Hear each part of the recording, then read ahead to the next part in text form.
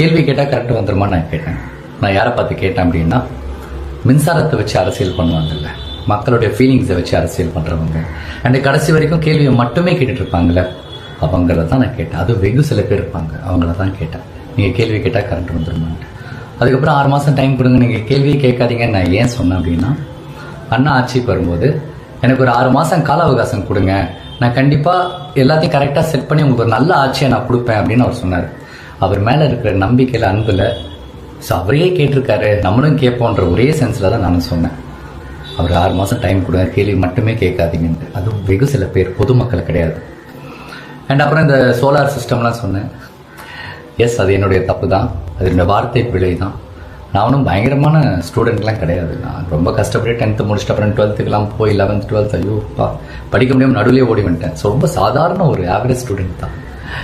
So அதனால் நான் தப்பாக சொன்னேன். அதை நான் வந்து சோலார் எனர்ஜின்னு சொல்லியிருக்கலாம், சோலார் பவர்னு சொல்லியிருக்கலாம், சோலார் பேனல்னு சொல்லியிருக்கலாம், இந்த மாதிரி நிறைய விஷயம் சொல்லியிருக்கலாம். அங்கே நான் சரியாக என்னால் சொல்ல முடியல.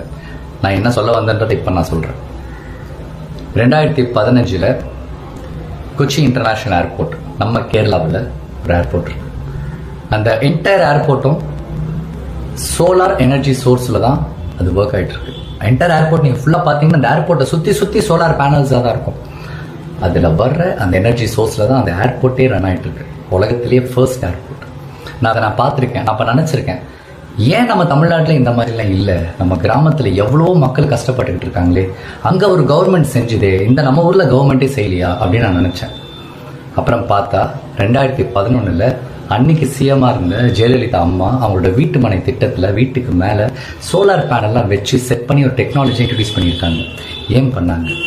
மக்கள் கரண்ட் இல்லாத நேரத்தில் கஷ்டப்படக்கூடாது, அவங்களுக்கு இந்த ஃப்ரீ சோர்ஸ், இந்த ஃப்ரீ எனர்ஜிலேருந்து எலக்ட்ரிசிட்டி வந்துட்டு ப்ரொடியூஸ் ஆகும், இதில் மக்கள் ஓரளவுக்கு பயனடைவாங்கன்ற ஒரு டெக்னாலஜி. அன்றைக்கி நம்ம அதை ஃபாலோ பண்ணி தான் இன்றைக்கி இந்த 2026 நம்ம டெக்னாலஜி நல்லாவே நம்ம அதை புரிஞ்சிருப்போம். அதெல்லாம் நம்ம மிஸ் பண்ணிட்டோம். இதெல்லாம் தான் நான் சொல்ல வந்தேன். அப்புறம் சொன்னேன், என் வீட்டிலேருந்து கரண்ட் எடுத்துக்கோங்க. நான் எப்படி என் வீட்டிலேருந்து கரண்ட் எடுத்துப்பாங்க? என் வீட்லேயும் கரண்ட் எடுத்தாலும் எடுத்துக்கோங்க, நான் இப்படியே இருக்கேன், கஷ்டப்படுறேன், இந்த மக்களாக கஷ்டப்படுறேன்னு தான் நான் சொல்ல வந்தேன்.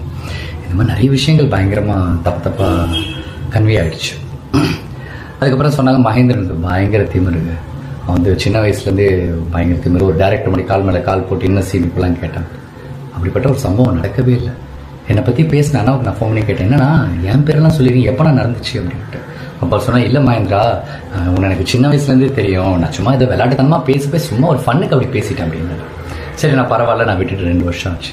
இன்றைக்கி நீங்கள் அதையும் கிளறிட்டு இருக்கீங்க. மகேந்திரன் திமிரு, ஆட்டிடியூட், அவன் யாருமே மதிக்க மாட்டான். அண்ட் இன்னொரு அலிகேஷன் இருக்குது, இந்த கஷ்டத்தெல்லாம் பார்த்து மகேந்திரன் மக்களோட கஷ்டத்தை பார்த்து சிரிக்கிறேன், ஏராளமாக பேசுகிறான்ட்டு. ப்ளீஸ் எனக்கு அந்த மாதிரி பட்டத்தெல்லாம் கொடுத்துறாதீங்க. இன்றைக்கி நான் ஒரு வேளை சோறு சாப்பிட்றேன், அதுக்கு காரணமே இந்த மக்கள் தான். இவ்வளோ முக்கியமான இந்த மக்களை நான் எப்படிலாம் இருப்பேன்? என் கூட வேலை பார்த்தவங்க, என் கூட பழகினவங்களுக்கு தெரியும் நான் இந்த மக்களை எவ்வளோ விரும்புகிறேன், அவங்களை எவ்வளோ நேசிக்கிறேன் அப்படின்ட்டு. எனக்கு தயவு செஞ்சு இந்த மாதிரி தப்பான பேரெல்லாம் கொடுத்துறாதீங்க. இப்போ நான் சரியாக நடிக்கலை அப்படின்னா, என் படம் நல்லா இல்லை நீங்கள் சொல்லுங்கள், மகேந்திரன் சரியாக நடிக்கலை, நீ ஒன்றுமே இல்லைன்னு சொல்லுங்கள், நான் கரெக்ட் பண்ணிக்கிறேன். உங்களை இம்ப்ரெஸ் பண்ணுறோம்னா நான் நல்ல ஆக்டராக இருக்கேன். அதை தாண்டி இந்த மாதிரி தப்பான அலிகேஷன்ஸ்லாம் ப்ளீஸ் என் மேலே வைக்காதீங்க. அட்லீஸ்ட் இப்பயாச்சும் நான் என்ன சொல்ல வந்தேன்றது உங்கள் எல்லாருக்கும் நல்லா புரியும் நினைக்கிறேன்.